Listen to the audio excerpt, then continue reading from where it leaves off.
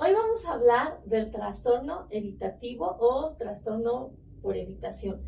Es muy importante porque desde hace unas décadas se puso de moda hablar mucho del trastorno narcisista, del trastorno límite de la personalidad, incluso de los psicópatas, sociópatas, pero existe una gama muy variada de trastornos mentales o de trastornos de comportamiento o de trastornos de alimentación.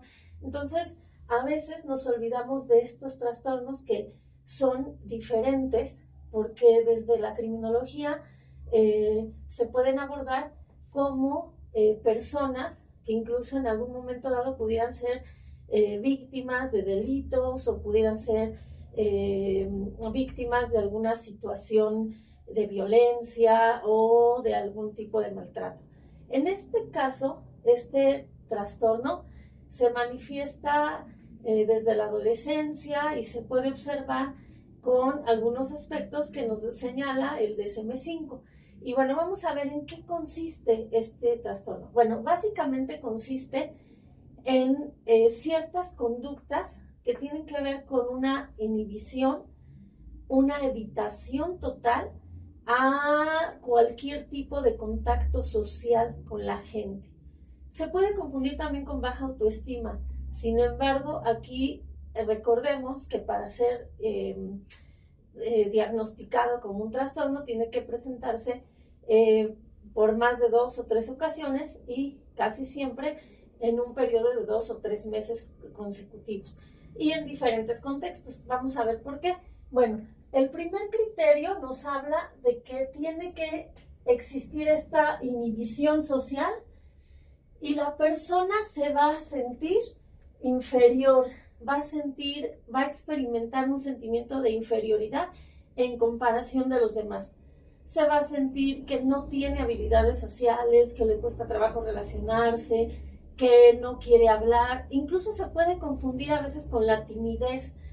Podemos pensar que es una persona muy tímida porque no le gusta expresarse, porque no quiere hablar en público, porque no quiere salir a una fiesta, pero en realidad es este trastorno porque además existe una, un temor muy grande por el rechazo social o por las evaluaciones negativas que se pueden hacer de su persona, porque lo pueden criticar, la pueden señalar de algo que hizo mal, tiene miedo a equivocarse, a cometer errores y a la crítica y al rechazo. Bueno, se cumple el criterio cuando existen 4 puntos de los siguientes que vamos a tocar a continuación. Bueno, en el primer punto nos habla de que va a evitar trabajos o actividades que impliquen un contacto interpersonal. Va a evitar interactuar con los otros, va a evitar a toda costa.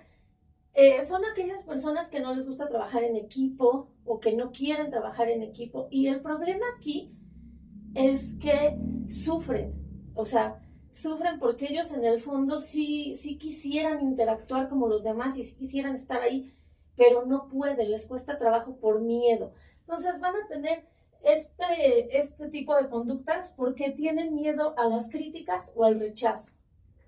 Quieren socializar, sí les interesa socializar, pero tienen tanto miedo a ser rechazados que ese miedo los hace aislarse. Son aquellas personas que de repente van a una fiesta, a su grupo de conocidos, pero él no va porque tiene miedo a que lo rechacen. Van a evitar entonces trabajar en actividades que involucren este tipo de socialización. Y bueno, son aquellos chicos o aquellos jóvenes que prefieren actividades individuales y que tengan que hacer de manera solitaria, que trabajar en equipo no quieren porque les da mucho miedo que los puedan criticar. En el punto número 2 podemos que es reacio a relacionarse con gente si ésta no muestra ser o no está seguro de que les agrade, si no está seguro a ser agradable para ellos. Por ejemplo, en una situación donde llega a un contexto nuevo, quizás se aísla, no trata de hacer amigos, de conocer personas, porque tiene miedo de ser rechazado o de que a lo mejor no les guste. Entonces no va a interactuar, pero sí quiere hacerlo. Sin embargo, este temor no se lo permite. En el punto número 3 podemos ver que hay una represión en las relaciones íntimas o interpersonales, pero de manera general. ¿Qué pasa aquí? Sí se va a relacionar con las personas más cercanas, sus padres, sus hermanos, su familia nuclear o su pareja, si es que la tiene, pero más allá de estas personas, no. ¿Por qué? Porque va a experimentar vergüenza o incluso puede sentir que puede llegar a ser el ridículo con algo. Por ejemplo, si están en una conversación y le preguntan de algún tema que no conoce, le va a dar pena no saber o le va a dar pena decir algo que esté mal o algo que no sea correcto. Entonces, por eso sus interacciones se limitan solo a personas cercanas. Y también va a tener temor a mostrar sus sentimientos. Por ejemplo, si una chica le gusta, no le va a decir porque tiene miedo al rechazo. Va a tener miedo a que le diga que no y le dé pena y eso lo avergüence. Entonces se va a limitar en expresar sus sentimientos, sus emociones y a tener relaciones más amplias. Bueno, en el punto número 4 podemos ver que el miedo y el rechazo a las críticas sociales. Aquí va a tener mucho miedo y va a estar preocupado siempre por lo que digan los demás o por interactuar con los demás y a que lo rechacen, a que sea criticado. El punto número 5 nos habla de que es inhibido en sus relaciones interpersonales y se siente inferior, se siente incapaz, siente que los demás son o más fuertes o más inteligentes o tienen más habilidades. En el siguiente punto se va a percibir como inepto y poco interesante. Va a percibir, por ejemplo, que algún chico tiene más habilidades que él o que hace ejercicio y tiene mejor cuerpo o que él no conoce o ella no conoce de algunos temas y la otra persona sí, y que no les va a llamar la atención o que va a ser poco interesante para los demás, aun cuando tenga muchas habilidades y muchos conocimientos o ciertas aptitudes, él va a creer o la persona va a creer que no las posee.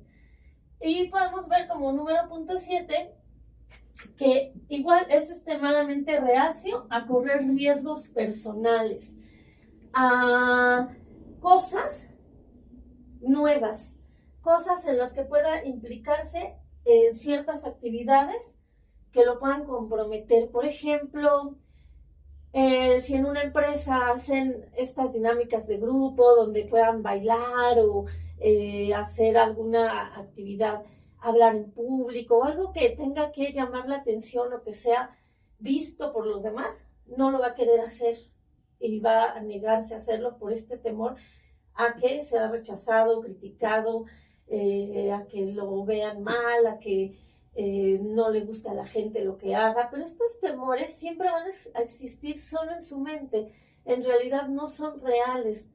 Y bueno, aquí, ¿cómo se trabaja este trastorno? Se trabaja con terapia. A veces puede llegar, si es un trastorno leve, puede ser que solamente le genere conflictos en donde tenga que desenvolverle socialmente, que no es igual a las fobias. Las fobias sociales es diferente. En este caso, le puede generar conflicto por el miedo a las críticas o al rechazo. Y aquí, ¿cómo se trabaja? Bueno, con la terapia cognitivo-conductual para evitar estas ideas irracionales.